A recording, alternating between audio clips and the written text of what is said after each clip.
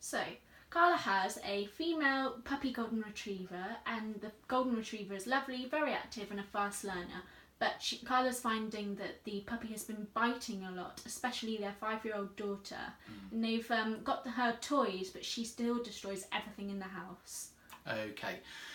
It's difficult, isn't it? Especially when we have a puppy and a child. 5 years, you say the child was. So it's different species of animal, but actually when they come together, it can almost cause double trouble. So what is really important is that any interactions between the child and the puppy are supervised. I know this may sound like I'm stating the obvious, but it can often happen that parents will leave puppy and, in this instance, a 5-year-old together, and it won't be long, I should think, before something will need to be done.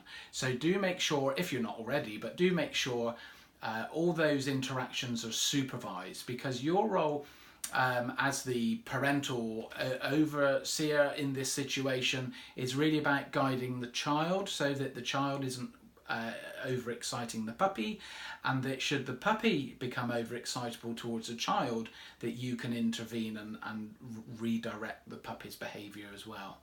So I hope that makes sense. In terms of toys and destructiveness, well, it's really about guiding the dog into or rather onto toys which are appropriate for a young dog. So if you go in your average pet shop, you'll see lots of dog appropriate toys.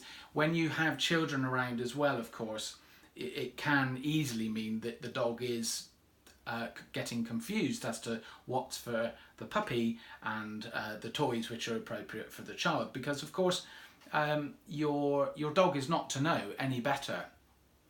What can help, on a little practical note, is that you, for the child's toys and even for the dog's toys, is that you can have big boxes for each of them, or something like a basket, so that you can have more control over what toys are out and about.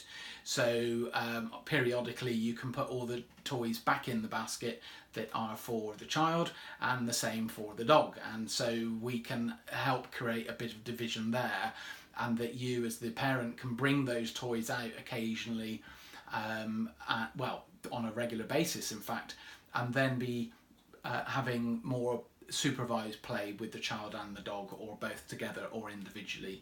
So I hope that little tip helps. That it is certainly much better than having dog and child toys all mixed up all over the place, where it can of course become a bit chaotic. So thank you again for that question, and I hope the answer helps.